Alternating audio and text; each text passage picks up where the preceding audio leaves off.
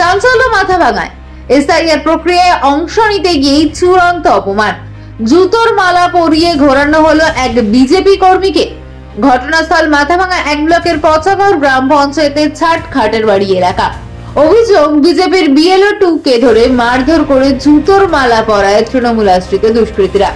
এই ঘটনার পরেই উত্তেজনা ছড়িয়ে পড়ে গোটা এলাকায়। স্থানীয়রা জানাচ্ছেন, রাজনৈতিক প্রতিহিংসা থেকেই এমন নক্কারজনক কাজ। খবর পেয়ে ঘটনাস্থলে পৌঁছায় মাথাভাঙা থানার পুলিশ। পরিস্থিতি এখন নিয়ন্ত্রণে, তবে রাজনৈতিক তাপমাত্রা ঊর্ধ্বমুখী। অন্যদিকে সমস্ত অভিযোগ অস্বীকার করেছে তৃণমূল কংগ্রেস। তাদের দাবি, এটা নিছকই বিজেপির নাটক, রাজনৈতিক প্রোপাগান্ডা ছড়ানোর চেষ্টা।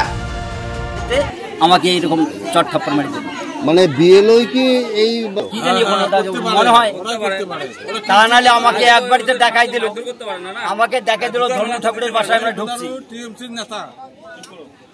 ও আমাকে ফোন করে বললো যে আমরা ধর্ম চক্রবর্তীর বাড়িতে ঢুকলাম, তুমি আসো। ঠিক আছে, আমি কাপড় টুপড় পরে গেলাম, ওখানে যাদিকে নাই। তারপরে ধর্ম ঠাকুরের ছেলেকে বললাম, ওরা কোথায় গেল? ওই এদিকে বাইক নিয়ে গেল।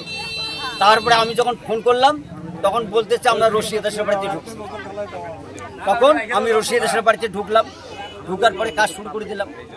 আচ্ছা, 4টা ফর্ম আমরা লিখলাম, ভোটার লিস্ট যেটা পরিচয়পত্র লেখার পরে ফটিক দাস আমাকে আইসা চট থাপ্পড় মারি দিল, কেতা দাস এসে চট থাপ্পড় মারি দিল। খইমালা মেয়ে ছেলে, ও জুতের মালাটা আমার গলায় পড়ায় দিয়ে ধাক্কে বাড়িতে বাইর করে দিল, তুমি বাড়িতে বাইরে, ওইখানে তোমার কি আছে? এখন বিএলও কোথায় আছে?